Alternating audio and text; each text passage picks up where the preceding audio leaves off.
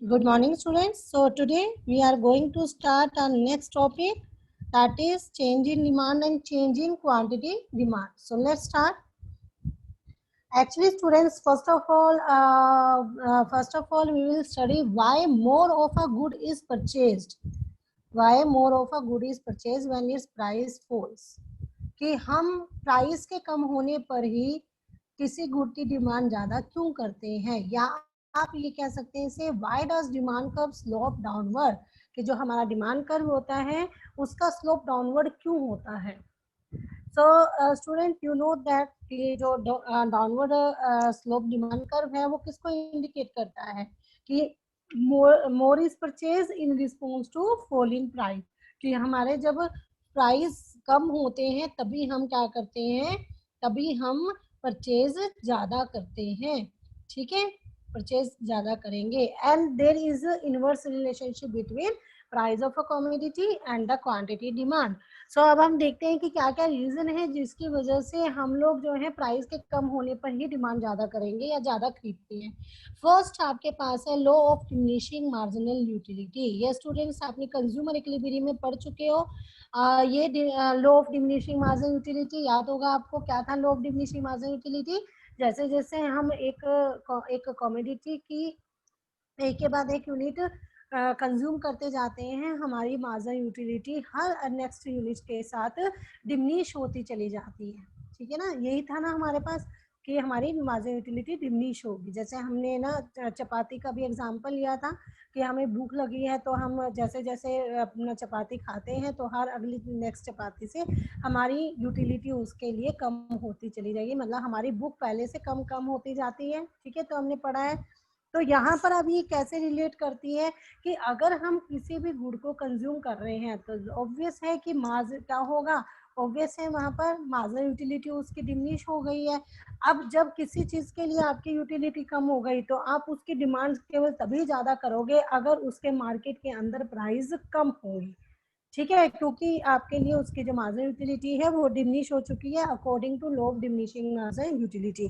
तो आप क्या करोगे, आप जब इसके प्राइस कम होंगे, लेस हो जाएंगे, तभी आप डिमांड ज्यादा करोगे. अगर प्राइस ज्यादा है तो आप उसकी डिमांड कम करोगे. Okay, next is income effect. Income effect. So students, actually income effect जो है ना, income effect refers to the effect on quantity demanding. ठीक है, मतलब कि ये क्वांटिटी डिमांडिंग पर इफेक्ट को रेफर करता है. यानी कि आप क्वांटिटी डिमांडिंग में जब हम बात करते हैं, एक तरीके से ये हमारी होती है रियल इनकम. ठीक है, हमारे पास दो तरह की होती है, monetary income and real income. तो ये हमारी रियल इनकम को जो है बताती है. जो मोनेटरी इनकम होती है इनकम की फॉर्म में, मनी की फॉर्म में होती है, लेकिन जो रियल इनकम होती है वो गुड्स की क्वांटिटी की फॉर्म में.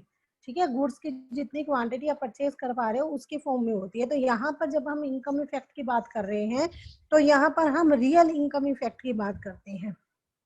यानी कि आप ये देखिए कि जब आपके पास मान लो 100 रुपीज है, आप उस 100 रुपीज से 10 यूनिट्स खरीद रहे हो. ठीक है, एक गुड के 10 यूनिट खरीद रहे हो. अब अगर मान लो उस गुड के प्राइसेस जो है मार्केट के अंदर राइज हो जाते हैं. राइज होने का मतलब क्या हुआ कि अब आप उन 10 यूनिट्स की जगह 5 यूनिट्स खरीद रहे हो. तो आपकी रियल इनकम क्या हो गई, कम हो गई ना. पहले आप उसी 100 रुपीज से 10 यूनिट्स खरीद रहे थे, आप उन्हीं 100 रुपीज से आप 5 यूनिट्स खरीद रहे हो. किस वजह से? क्योंकि उसके प्राइस बढ़ गए. तो प्राइस के बढ़ने से क्या हो गई, रियल इनकम कम हो गई. और अगर आपके प्राइस कम हो जाते हैं तो उसी 100 रुपीज से अब आप पहले से ज्यादा यूनिट खरीद पाओगे, यानी आपकी रियल इनकम बढ़ जाएगी. तो कैसा हुआ रिलेशन, नेगेटिव रिलेशन हुआ कि जब हमारे प्राइसेस इंक्रीज होते हैं तो रियल इनकम डिक्रीज हो जाती है, और प्राइसेस के डिक्रीज होने पर रियल इनकम इंक्रीज हो जाती है. ओके, तो यहाँ पर हो गया ये नेगेटिव रिलेशन हो गया, इसीलिए डिमांड कर्व हमारा कैसा बनता है, डाउनवर्ड स्लोपिंग होता है. Okay, next is substitution effect. Substitution effect refer to the substitution of one commodity for the other. ठीक है, दूसरे के लिए जब हम substitute करते हैं when it become relatively cheaper. So students, for example, when own price of commodity X falls, मान लो कि आपके पास आपकी commodity X है. ठीक है, जो आप कंज्यूम करते हो, ठीक है, तो उसके प्राइसेस फॉल्स हो जाते हैं, गिर जाते हैं, तो it becomes cheaper in relation to commodity Y. मान लो कोई सब्स्टिट्यूट गुड है, वो कौन सा है, वाई सब्स्टिट्यूट गुड है, तो वो उसके रिलेशन में जो जो एक्स गुड है वो चीपर हो गया। So accordingly X is substituted for Y, इसीलिए आप वाई के स्थान पर किसको लोगे, एक्स को ज्यादा लोगे, क्योंकि एक्स अब चीप हो गया कंपैरेटिवली वाई के। So it is expansion of demand due to substitution effect. तो ये हमारा substitute effect हो गया। Next is size of consumer group। अब सिंपल सी बात है, साइज ऑफ कंज्यूमर ग्रुप क्या होगा कि जब एक कॉमोडिटी के लिए प्राइसेस जो है वो कम हो जाते हैं, तो क्या होते हैं, ज्यादा जो बायर्स होते हैं ना, ज्यादा बायर्स जो है उन गुड्स को परचेज करते हैं, यानी कि कंज्यूमर का साइज बढ़ जाता है प्राइजेस के कम होने पर। और जब प्राइजेस ज्यादा होते हैं तो कंज्यूमर का साइज कम हो जाएगा, क्योंकि कम कंज्यूमर गुड्स खरीदेंगे क्योंकि वो महंगी हो गई है। तो जब प्राइजेस ज्यादा होते हैं तो कंज्यूमर का साइज कम हो जाता है, और जब प्राइजेस कम होते हैं तो कंज्यूमर का साइज ज्यादा हो जाता है। ओके, तो ये भी क्या करता है, जो डिमांड कर्व है उसको डाउनवर्ड बनाता है। Next is different uses. Different uses क्या होता है कि actually a good may have several uses, बहुत सारे यूजेस होते हैं। जैसे आप एग्जांपल ले सकते हो, मिल्क का एग्जांपल ले सकते हो, ठीक है, या आप चने का भी एग्जांपल ले सकते हो। अब चना है, चने को इंसान भी खाते हैं और घोड़े भी खाते हैं, ठीक है। अब अगर प्राइजेस आपके इंक्रीज हो जाते हैं तो क्या आप घोड़े को खिलाओगे, आप घोड़े को नहीं खिलाओगे, आप सिर्फ खुद खाओगे, ठीक है। तो आप डिमांड कम कर रहे हो चने की और आप खुद उसको कंज्यूम करोगे, घोड़े को नहीं खिलाओगे। लेकिन अगर प्राइसेस कम है तो आप खुद भी खाओगे और घोड़े को भी खिलाओगे। ऐसे ही मिल्क है, मिल्क के बहुत सारे अल्टरनेटिव यूजेस हैं। मिल्क को सिंपल भी पिया जाता है, मिल्क के कर्ड भी बनाया जाता है, मिल्क के स्वीट्स भी बनाए जाते हैं, मिल्क की टी भी बनाई जाती है। तो आप जैसे बहुत सारे बटर भी बनाते हैं, चीज भी बनाते हैं, ओके। तो मिल्क जो है उसके अल्टरनेटिव यूजेस है, डिफरेंट यूजेस है। तो जैसे जैसे प्राइसेस बढ़ते हैं, हम मिल्क के लिए हमारी डिमांड कम होती है और हम जो है बड़े क्या हो जाते हैं, चूजी हो जाते हैं कि हमें उस मिल्क का कहाँ कहाँ यूज करना है। और जब प्राइस कम होंगे तो हम उसका ज्यादा यूज करेंगे। तो इस तरीके से जो है नेगेटिव रिलेशन होने की वजह से डिमांड का ऐसा हो जाएगा स्लो डाउनवर्ड। ओके, तो ये हमारे पास कुछ रीजन है जिसकी वजह से क्या होता है, डिमांड का slope down. Okay, law of diminishing margin utility, income effect, substitution effect, size of consumer group and different uses. जो students next is exceptions of to the law of demand. अब क्या होता है कि कोई भी आपका लॉ होता है उसके एक्सेप्शन जरूर होती है, ठीक है। तो यहाँ पर लॉ ऑफ डिमांड क्या होता है, other things being constant, demand extend with falling price and contract with rising price. Okay, ये आपका लॉ ऑफ डिमांड है। तो एक्सेप्शन में क्या हो जाएगा, एक्सेप्शन मतलब कि इसका अपवाद क्या है, मतलब कि जो आपके पास लॉ ऑफ डिमांड है जिसके अंदर आपके पास नेगेटिव रिलेशन होता है, ठीक है, नेगेटिव रिलेशन होता है। तो अब ये देखना है कि ऐसा कौन सी एक्सेप्शन है जिसकी वजह से नेगेटिव की जगह पॉजिटिव हो जाएगा। यानी आपका डिमांड कर्व अभी तो ऐसे डाउनवर्ड स्लो बनता है, तो ऐसे कौन कौन से एक्सेप्शन है जिसकी वजह से डिमांड कर्व डाउनवर्ड होने की बजाय अब कैसा बनेगा, ऐसे अपवर्ड बन जाएगा, ठीक है। अब डिमांड कर्व क्या होगा, अपवर्ड बनेगा, पॉजिटिव स्लोप वाला बनेगा। तो हमने वो देख रहे हैं। तो law of demand has some exception as well. There are some commodities whose demand expand with their prices rises and contract when their price falls. Okay, so there is a positive relation. तो आप देखते हैं कि कौन कौन सी हैं। First हमारे पास है article of distinction. Article of distinction, yes students, article of distinction में क्या है, मतलब कि प्रतिष्ठा सूचक वस्तुएं जो आपके स्टैंडर्ड को दिखाती हैं, जो आपको सोसाइटी में आपका स्टैंडर्ड बताए, तो वो वाली गुड्स की बात करते हैं यहाँ पर। जैसे कि डायमंड है, गोल्ड है, सिल्वर है, ओके। तो ये और प्रीसियस जैसे आपके पास पर्ल वगैरह होती है। तो आप ये देखिए कि आप इनकी डिमांड कब ज्यादा करते हो, क्यों कर रहे हो आप इनकी डिमांड ज्यादा, क्योंकि इनके प्राइसेस हाई हैं और ये आपके स्टैंडर्ड जो है, स्टैंडर्ड ऑफ लिविंग को शो करती है सोसाइटी के अंदर। तो आप नहीं तो अदरवाइज आप कांच ले खरीद लो, पीतल क्यों नहीं खरीद लेते, ठीक है, स्टील क्यों नहीं ले लेते, तो क्या है, क्यों नहीं खरीद सकते, क्योंकि उनके प्राइसेस बहुत ज़्यादा लो हैं, ठीक है, वो हमारे स्टैंडर्ड ऑफ लिविंग को जो है डाउन कर देती है। तो इसीलिए इसलिए कई गुड्स ऐसी होती हैं जो आपकी प्रतिष्ठा का एक क्या होती है, इंडिकेटर होती है, जो इकोनॉमी के अंदर ये दिखाती है कि हाँ भाई आप जो है आपने कितना महंगी चीजें पहनी हुई हैं। ओके, तो आप क्या करते हो, आप उनके प्राइसेस हाई होने पर ही उनकी डिमांड ज्यादा कर रहे हो, अगर उनके प्राइसेस कम है तो आप उनके डिमांड भी कम करोगे, तो क्या हो गया, there is a positive relation. तो इसीलिए आपके पास डिमांड कर्व कैसे हो जाएगा, अपवर्ड स्लोप हो जाएगा। Okay, second one is Giffen goods. So Giffen goods students क्या होती हैं, गिफन गुड्स, सो आपको अभी पीछे मैंने बताया था इंफीरियर गुड्स। ओके, तो अब इंफीरियर से भी जो क्या होती है, इंफीरियर से भी ज्यादा घटिया हो, वो गिफन गुड्स होती हैं। जैसे कि आपका क्या होता है, एक तो आपका देसी घी था, एक आपका डालडा था, एक बिल्कुल खुला कनस्तर वाला खुला घी आता है बिल्कुल, ठीक है, जो बहुत ही गरीब लोग जो होते हैं, सब बहुत पुअर पीपल होते हैं ना, वो उन चीज़ों को यूज़ करते हैं। कॉस्मेटिक में भी आपके पास एक तो बिल्कुल कम ब्रांडेड चीज़ें होती हैं, कंपनी की होती हैं, एक तो नॉर्मल बीच रेट की होती है, और एक बहुत ही कम रेट में, चीप रेट में कॉस्मेटिक का सामान आता है, तो वो सब क्या होती हैं, गिफन गुड्स होती हैं। तो गिफन गुड्स का एक्चुअली क्या होता है, सेम वही डेफिनेशन होता है कि Giffen goods are those goods which income effect is negative and price effect is positive. बस ये फर्क क्या है कि इंफीरियर गुड्स में जो इफेक्ट होता है, ये गिफन गुड्स का जो इनकम इफेक्ट है वो या प्राइस इफेक्ट है, वो कंपैरेटिवली इंफीरियर गुड्स से ज़्यादा स्ट्रॉन्ग होता है। यानी आप जरा से भी आपके प्राइजेस में चेंज आएगा ना, आप एकदम गिफन से इंफीरियर पर पहुंच जाओगे, ठीक है, आपको जैसे ही थोड़ा सा भी आपकी इनकम में चेंज होगा तो आप एकदम से गिफन से इंफीरियर पे पहुंच जाओगे। लेकिन आप इंफीरियर के अंदर है सेम वही रिलेशन, बट इंफीरियर में क्या होता है, आप एकदम से कभी भी इंफीरियर से नॉर्मल पर नहीं जाते हो, ठीक है, आप एक टाइम तक इंफीरियर गुड्स परचेज करोगे, जब आपकी इनकम बहुत अच्छी हो जाती है या आपके प्राइसेस जो है काफ़ी डाउन चले जाए, तो हम लोग जो है इंफीरियर से नॉर्मल पर जाते हैं। तो गिफन गुड्स क्या हुई, गिफन गुड्स का भी क्या हुआ, प्राइस इफेक्ट पॉजिटिव है, क्योंकि अगर प्राइसेस हाई हैं मार्केट में तो हम गिफन गुड्स की डिमांड ज़्यादा करते हैं, और प्राइसेस के कम होने पर गिफन गुड्स की डिमांड भी कम हो जाती है। तो इसीलिए गिफन गुड्स में जो डिमांड कर्व होता है वो कैसा बनता है, पॉजिटिव बनता है। ओके, तो कई बार ये वन मार्क्स में क्वेश्चन भी आ जाता है, गिफन गुड्स का डिमांड कर्व पूछ लिया जाता है कि गिफन गुड्स की सिचुएशन में डिमांड कर्व कैसा कैसा बनेगा, तो वो कैसा बनता है, positive. Next is irrational judgement. अब इरेशनल जजमेंट क्या है कि law of demand falls when consumers जज the quality of the commodity by its price.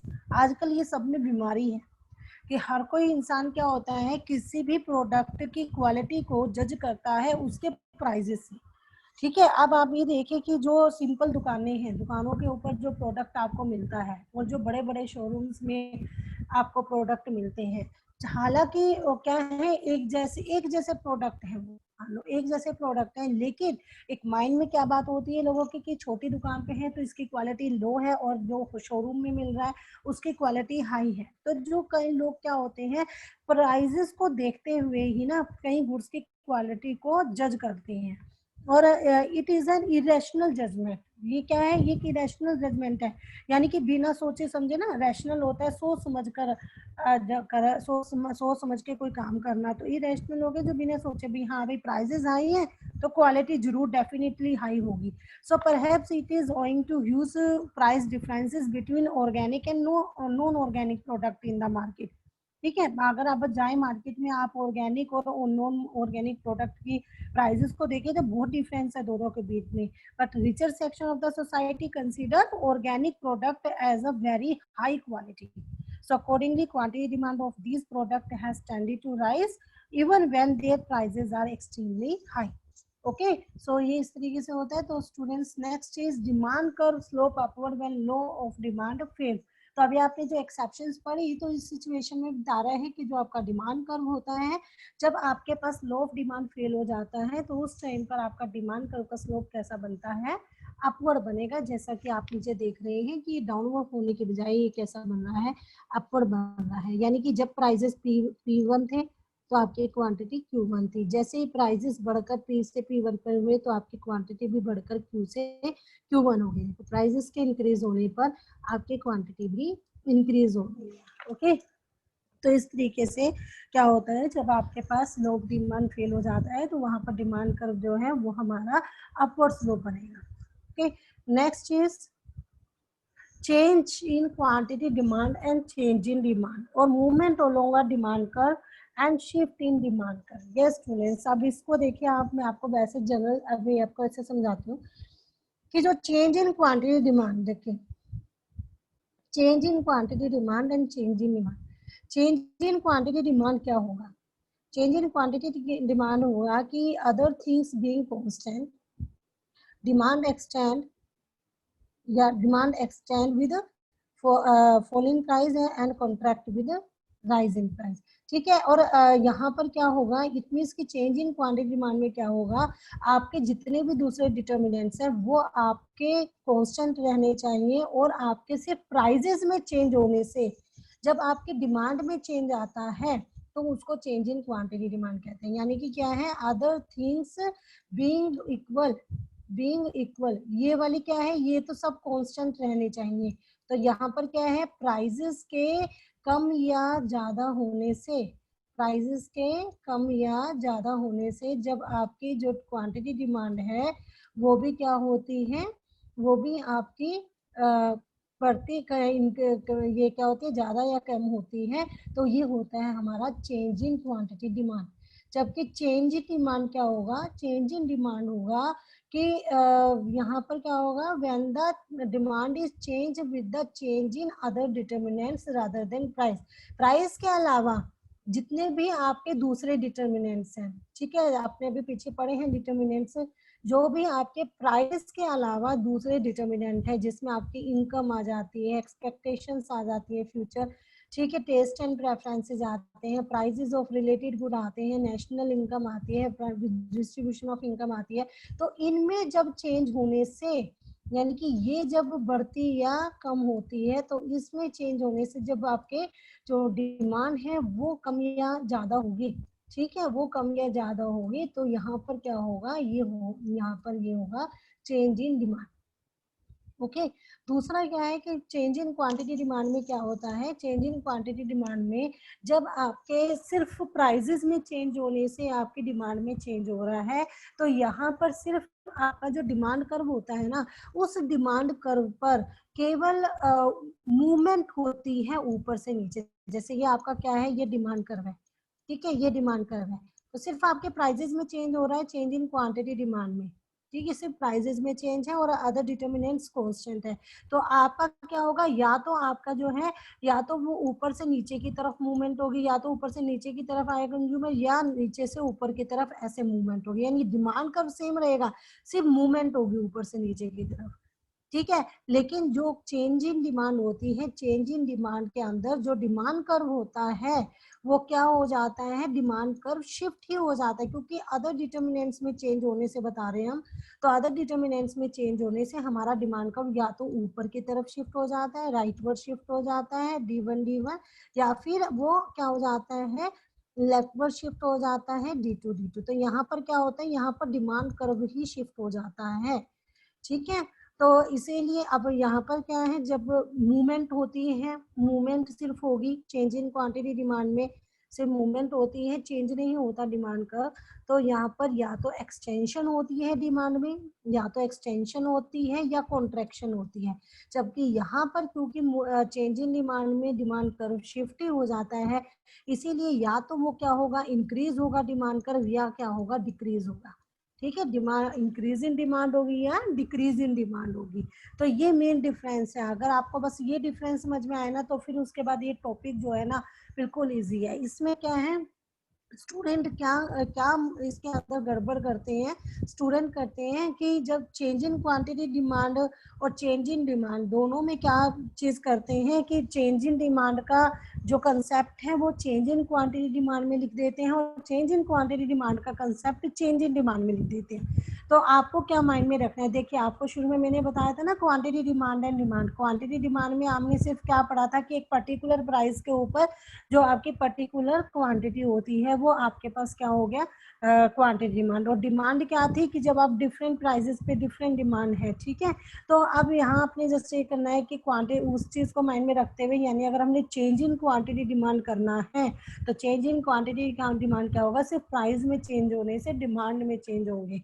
और चेंज इन डिमांड का मतलब क्या हुआ, डिमांड तो किसी भी तरीके से चेंज हो सकती है, चाहे वो इनकम की वजह से भी हो सकती है, रिलेटेड गुड्स के प्राइसेस की वजह से भी डिमांड चेंज हो सकती है, एक्सपेक्टेशंस की वजह से भी, टेस्ट एंड प्रेफरेंसेस की वजह से। इसलिए इसके अंदर क्या होगा, जो दूसरे डिटर्मिनेंट्स हैं उनमें चेंज होने से हमारी डिमांड में चेंज होगा। तो ये चीज़ आपने याद रखना है। तो इसीलिए हम बच्चे जो यहाँ पर चेंज इन क्वांटिटी डिमांड है ना, देखो इसका दूसरा नाम हमने क्या लिखा हुआ है, movement along a demand curve. और चेंज इन डिमांड का दूसरा नाम क्या है, shift in demand curve. Okay, तो देखिए अब बहुत इजी हो जाएगा आपके लिए समझना, ये आपको कंसेप्ट क्लियर हो गया। तो change in quantity demand refers to increase और decrease in quantity purchase of a commodity in response to decrease or increase in its own price। देखिए own price आ गया ना, सिर्फ इसके प्राइजेस के कम या ज्यादा होने से, और other things remaining constant। Okay, so it is express through movement along a demand curve. अभी बताया किसी movement of a demand, movement along a demand curve से इसको हम एक्सप्रेस करते हैं। और चेंज इन डिमांड में क्या होगा, on the other hand refers to increase और decrease in quantity demand of a commodity in response to change in other determinants of a demand. आ गया ना यहाँ पर, change in other determinants of the demand का other than price. Okay, of the same commodity. तो it is express through, किससे express करते हैं, शिफ्ट इन डिमांड कर्व। ठीक है, शिफ्टिंग डिमांड कर्व, यानी फॉरवर्ड शिफ्ट और backward shift. Clear. Next is movement along a demand curve. और अब हम इनको अलग अलग पढ़ेंगे। Movement along a demand curve, वो चेंज इन क्वांटिटी डिमांड अभी आपको क्लियर कर चुकी हूँ मैं। So when due to change in its own price alone, ठीक है, due to change in own price alone quantity demand of a commodity changes, it is expressed by different points on the same demand curve, so it is also called movement along a demand curve और change in quantity demand. So increase in quantity demand, बच्चे देखिए दिमाग में रखिए आप यहाँ पर increase, अगर आपके पास क्या हो रहा है, डिमांड इंक्रीज होती है तो किस वजह से इंक्रीज होगी डिमांड, जब हमारे अपने जो उस गुड के प्राइस हैं वो फॉल्स होंगे। तो जब प्राइस के फॉल्स होने से डिमांड इंक्रीज होगी तो उसको हम बोलेंगे एक्सटेंशन ऑफ डिमांड, क्योंकि हमारी डिमांड एक्सटेंड हो गई। ठीक है, तो हमें ये याद रखना है, जब हमें एक्सटेंशन ऑफ डिमांड बतानी है तो हम क्या बताएंगे, हम fall in its own prices को क्या करेंगे, फॉल करेंगे, जिसकी वजह से जो क्वांटिटी डिमांड होगी वो क्या हो जाएगी, इंक्रीज हो जाएगी। और उससे क्या होगा, उसको हम बोलेंगे एक्सटेंशन ऑफ डिमांड। और दूसरी तो कॉन्ट्रैक्शन ऑफ डिमांड क्या होगी, जब प्राइसेस के राइज होने से आपकी क्वांटिटी डिमांड क्या हो जाती है, डिक्रीज हो जाती है। So decrease in quantity demand due to rise in its own price, so it is called contraction of demand. ठीक है, इसको कॉन्ट्रैक्शन ऑफ डिमांड कहेंगे।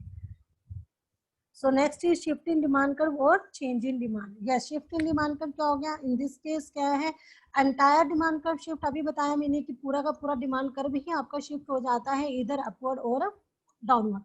so this type of change take place when quantity demand changes। yes, quantity demand change हो रही है किस वजह से, change in the factors other than own price, यानी जो आपके जितने भी दूसरे फैक्टर्स हैं प्राइस के अलावा उनमें चेंज होने से होता है, such as change in income, fashion, ठीक है, फैशन, ये expectations, price of related goods, national income, तो इस तरीके से। So when due to change in these other factors, जब इन फैक्टर्स में, इन दूसरे फैक्टर्स में चेंज होने की वजह से डिमांड या तो आपकी फॉल्स होगी या आपकी राइज होगी। जब आपकी डिमांड इन फैक्टर्स में चेंज होने से, जब डिमांड आपकी फॉल होती है तो उसको बोलते हैं डिक्रीज इन डिमांड, और जब आपकी डिमांड राइज होती है तो उसको बोलते हैं इंक्रीज इन डिमांड। ओके, क्योंकि हम यहाँ पर बचे, हमने यहाँ पर क्यों लिखा, यहाँ पर जैसे हमने ऊपर तो प्राइस का आराम से दिखाया कि प्राइस कम होंगे डिमांड बढ़ेगी तो वो क्या होगी, एक्सटेंशन होगी, प्राइस बढ़ेंगे डिमांड कम होगी तो कॉन्ट्रैक्शन होगी।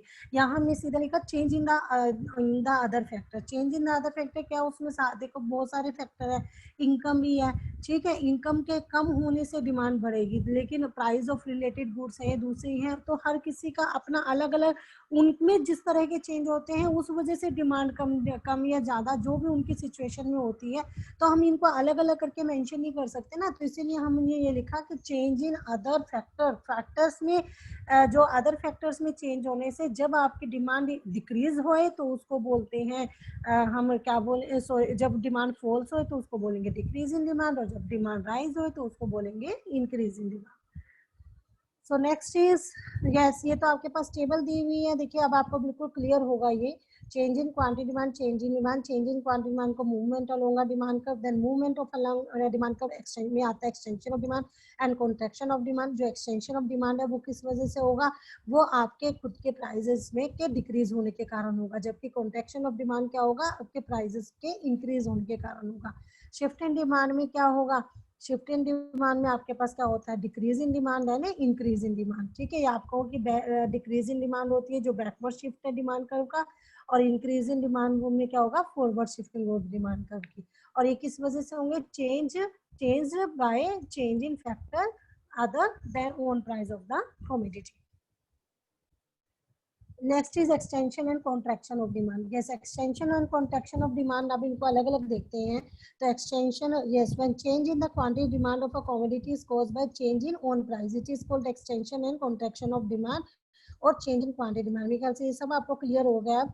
तो हम पहले पढ़ते हैं extension of demand. Extension of demand में आप क्या लिखोगे, other things being equal, other things being equal, yes, demand extend with a fall in price, it is called extension of demand। ठीक है, जब अन्य बातें मानने पर आपके प्राइसेस के कम होने से डिमांड बढ़ जाती है तो इसको बोलते हैं एक्सटेंशन ऑफ डिमांड। ओके, तो इसमें आपके पास एक्सटेंशन ऑफ डिमांड के लिए देखिए आप टेबल क्या बना सकते हैं, टेबल बनाए, हम दिमाग लगाएंगे कि हमें क्या करना है, प्राइस कम करने हैं और डिमांड बढ़ानी है।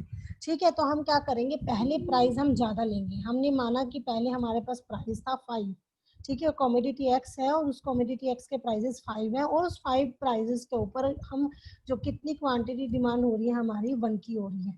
ठीक है, अगर अब प्राइसेस क्या हो रहे हैं, प्राइसेस 5 से 1 हो जाते हैं, ठीक है, कम हो जाते हैं, तो हमारी क्या होगी, क्वांटिटी डिमांड जो है हमारी इंक्रीज हो जाएगी, बढ़ जाएगी। तो अब यहाँ पर क्या हो रही है, एक्सटेंशन हो रही है ना, प्राइसेस के कम होने से जो क्वांटिटी है वो बढ़ रही है। सो यहाँ पर डिस्क्रिप्शन क्या हो जाएगा, fall in own price of the commodity and rise in quantity demand. तो ये क्या होगी, एक्सटेंशन ऑफ डिमांड। अब ये देखिए कैसे मूवमेंट होती है एक्सटेंशन ऑफ डिमांड में। अब हमने यहाँ पर पहले 1 to 5 इधर बनाया, 1 to 5 इधर। हमने शुरू में क्या था, जब प्राइजेस हमारे कितने थे, 5 थे, तो हमारा यहाँ था, जब प्राइजेस 5 थे तो हमारी जो है क्वांटिटी कितनी थी, 1 थी। ठीक है, तो पहला पॉइंट क्या आया, ये ए। अब प्राइजेस जो है कम होकर 1 हो गए तो हमारी क्वांटिटी जो है वो हो गई 5। तो हमारा दूसरा पॉइंट आया बी यहाँ पर। तो जो हमारा ये डिमांड कर्व है, इस डिमांड कर्व पर मूवमेंट कहाँ से कहाँ हुई, मूवमेंट पहले ए पॉइंट था फिर बी पर गए हम, तो मूवमेंट क्या हुई, ऊपर से नीचे की तरफ हुई है। यानी जब आपके पास डिमांड कर्व में मूवमेंट ऊपर से नीचे की तरफ होती है तो उसको बोलते हैं एक्सटेंशन ऑफ डिमांड। ठीक है, तो ये याद रखना, नीचे की तरफ मूवमेंट होगी तो एक्सटेंशन ऑफ डिमांड होगा, रट्टा लगाने की जरूरत नहीं है। आपने खुद अपना जो है डाटा माइंड में रखकर, कंसेप्ट को क्लियर करके डाटा माइंड में बनाकर, और आप खुद ही सोच सकते हैं कि मूवमेंट किस तरह की तरफ होगी। ठीक है, next is contraction of demand. Contraction of demand, other things being equal, when quantity demand decreases due to other things being equal, demand contract with rise in price, it is called contraction of demand। ठीक है, जब हमारे prices के बढ़ने से demand कम हो जाती है तो वो अदर थिंग्स हमारी कांस्टेंट रहनी चाहिए, तो वो क्या होगी, कॉन्ट्रैक्शन ऑफ डिमांड होगी। तो यहाँ पर सेम क्या होगा, टेबल में वही कि आप यहाँ पर प्राइजेस को बढ़ाओगे और क्वांटिटी को कम करोगे। तो हमने मान लो पहले प्राइस करे 1, उसके ऊपर क्वांटिटी थी 5, अब हमने प्राइजेस को बढ़ाकर दिया 5 और क्वांटिटी हो गई हमारी 1। तो क्या हुआ, rise in own price of the commodity then fall in quantity demand. Okay, तो अब यहाँ पर डायग्राम देखिए, डायग्राम में क्या हो रहा है, पहले हमारे पास प्राइजेस थे 1, उसके ऊपर क्वांटिटी थी 5, तो पहला पॉइंट क्या आया ये, अब प्राइजेस बढ़कर कितने हो गए 5, तो उस पर क्वांटिटी कितनी हो गई, तो दूसरा पॉइंट आया ये, यानी कि अब हमारे पास पहले बी था फिर ए पर गए हम, यानी मूवमेंट कहाँ से हुई, नीचे से ऊपर की तरफ, तो जब नीचे से ऊपर की तरफ मूवमेंट होगी तो वो हमारे पास क्या होगी, contraction of demand. Okay, next is increase और decrease in demand. Increase in demand क्या होगी, yes when quantity demand of a commodity changes owing to change in other factors, जब अदर फैक्टर्स में चेंज होने से होती है other than own price, price के अलावा, तो it is a situation of increase और डिक्रीज इन डिमांड। तो यहाँ पर ये क्या दिखाता है, शिफ्टिंग को दिखाता है डिमांड का की। सो फर्स्ट है increase in demand, so increase in demand क्या होगा, when more of a commodity is purchase, जब हम ज्यादा कमोडिटी को परचेज करते हैं at its existing price and it is the situation of increase in demand, या आप ये कहें कि increase in demand occurs when quantity demand of a commodity increase, किस वजह से इंक्रीज हो रही है, because of the factors other than price.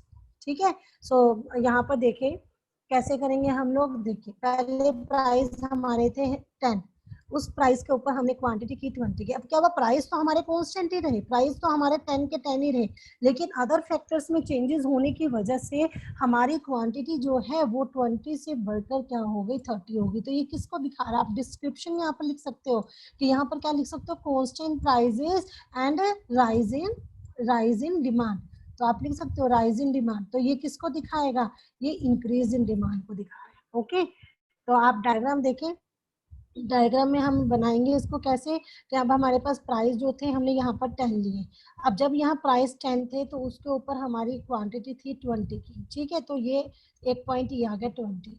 अब उसके बाद क्या हुआ कि जब प्राइस तो रहे 10 ही, प्राइस तो रहे 10 ही, लेकिन डिमांड हमारी कितनी होगी 30 पर, यहाँ पर आ गया पॉइंट। अब पहला डिमांड कर्व हमने यहाँ बनाया, ये इसी के पैरेलल स्केल करके हमने 30 पर दूसरा हो गया ये, तो डिमांड कर्व कहाँ शिफ्ट हो रहा है, आगे की तरफ शिफ्ट हो रहा है, राइटवर्ड शिफ्ट हो रहा है, तो शिफ्ट हो गया डिमांड कर्व, तो that is the increase in demand. Next is causes of increase in demand, या डिमांड के इंक्रीज होने के क्या कारण है, क्योंकि पीछे तो हम जस्ट लिख दिया हमने कि फैक्टर में चेंजेस होने की वजह से हमारे जब डिमांड इंक्रीज हो जाती है, तो हमारे क्या क्या कारण हो जाएंगे डिमांड के इंक्रीज होने के, देखो when income of the consumer increases, जब कंज्यूमर की क्या हो जाए, इनकम इंक्रीज हो जाती है तो डिमांड इंक्रीज होगी। अच्छा, जो सब्सिट्यूट गुड है, अगर सब्सिट्यूट गुड के प्राइस इंक्रीज होते हैं तो हमारी खुद की जो गुड जो हम कंज्यूम कर रहे हैं उसकी डिमांड इंक्रीज हो जाएगी, सब्सिट्यूट गुड के प्राइस इंक्रीज होने से हमारी अपनी गुड के लिए डिमांड इंक्रीज हो जाती है। कॉम्प्लीमेंट्री गुड में उल्टा हो जाएगा, कॉम्प्लीमेंट्री गुड के प्राइस फॉल्स होने से हमारी खुद की जो अपनी गुड है उसमें की डिमांड इंक्रीज हो जाएगी। Then taste and preferences of the consumer shift in favour of the commodity, ठीक है, जब ये फेवरेबल हो, टेस्ट एंड प्रेफरेंस के हम फेवर में हो, फेवरेबल हो, तो वहां पर क्या होगा, प्राइस डिमांड इंक्रीज होगी। And when availability of the consumer is expected to reduce in the near future, अगर उनको नियर फ्यूचर में कमोडिटी की अवेलेबिलिटी कम होने के चांसेस लग रहे हैं तो वो अब डिमांड ज्यादा करेंगे। तो ये रीजन हो गए हमारे डिमांड के चेंज होने के। तो आई थिंक मेरे ख्याल से I think time is over. So, okay, so that's all for today. Have a good day.